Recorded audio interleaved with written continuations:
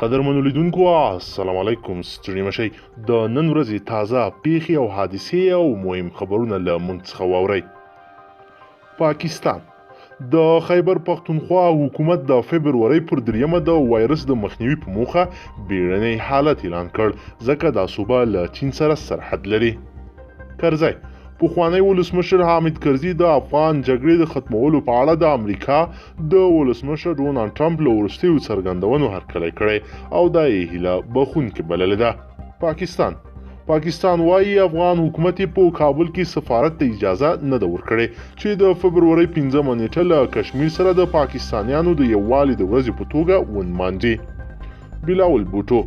بلاول بوټو زرداری د فبرورۍ پر 4 په کراچۍ کې یوې غونډې ته وویل د حکومت د ناسمو اقتصادي پالیسیو له وجې ګراني خورا زیاته شوې ده. ولسمشر غني په سوله کې د ښځو د حقونو پر خوندیتوب او د ښځو د ستونزو د لرې کولو په برخه کې د حکومت پر هڅو د ټینګار ترڅنګ وایي نه غواړي سوله په سیاسي تجارت بدله شي. کرونا وایرس بدخشان سیمه‌ییز چارواکي وایي چې د کرونا وایرس د مخنیوي په موخه په دغه ولایت کې د چین او تاجکستان سره ګډې پولې تړلې دي. د بدخشان د روغتیا رئیس ډاکټر نور خاوري وایي چې دغه ولایت په اشکاسم، شغنان، نوسي، خواهان او مایمي ولسوالۍ کې 15 ګډې پولې له چین سره تړلې دي.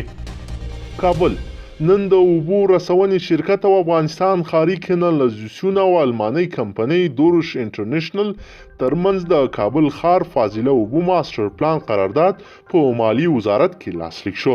د قرارداد لاسلیکولو په مراسمو کې د کابل والی، کابل ښاروال، د مرکز زون رئیس، د چاپیریال ساتنې رئیس او اړوندو ادارو استازو ګډون کړی و.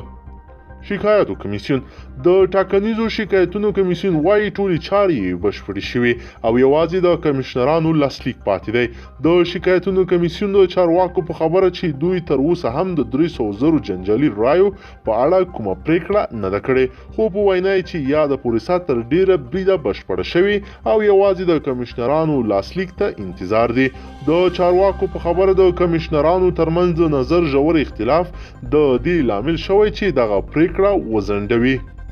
فرحان یوسفزی افغانستان په کرکټ بورډ کې د عمومي مشر فرحان یوسفزي او اجرایي رئیس لطف الله ستانکزي ترمنځ روانو اختلافاتو د اوږدمهاله سپانسر مخه نیولې ده چې په دې سره د ملي لوبډلې او کرکټ بورډ ادارې ته لوی زیان اړولی دی.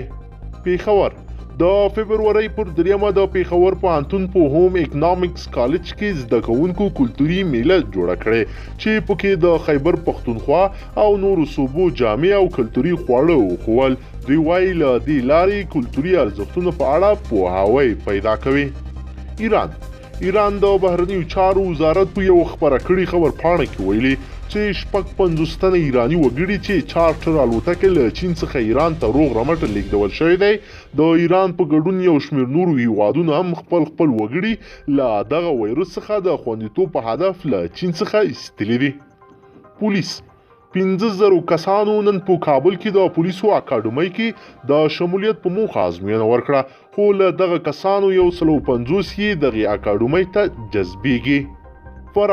د فراه ولایت په مرکز شمالګاه سیمه کې د هوان مرمۍ لګېدو له امله 12 ملکي وګړو ته مرګ ژوبله اوښتې ده.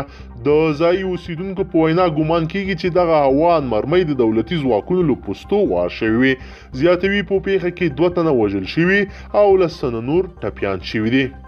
فرحان یوسفزی د افغانستان د کرکټ بورډ مشر فرحان یوسفزی د ملي لوبډلې له لوبغاړو سره ناسته کړې ده او په دغه ناسته کې لوبغاړو ته ویلي چې ټول لوبغاړي باید روان کال د اسیا جام او 20 ورځو نړیوالو جامو سیالیو ته بشپړ چمتووالی ونیسي او په وینا یې له لوبغاړو سره ټولې شوې ژمنې به عملي جامه خپله کړي.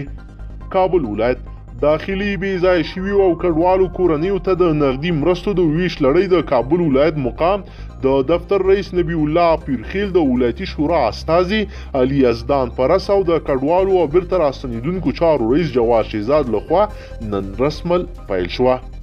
هند ایرانی رسنۍ وایي چې هند غواړي د افغانستان او ایران سره د سوداګریزو اړیکو د پراخوالي په موخه د چابهار په ترانزیټي بندر کې خپله پانګونه 2 برابره زیاته کړي.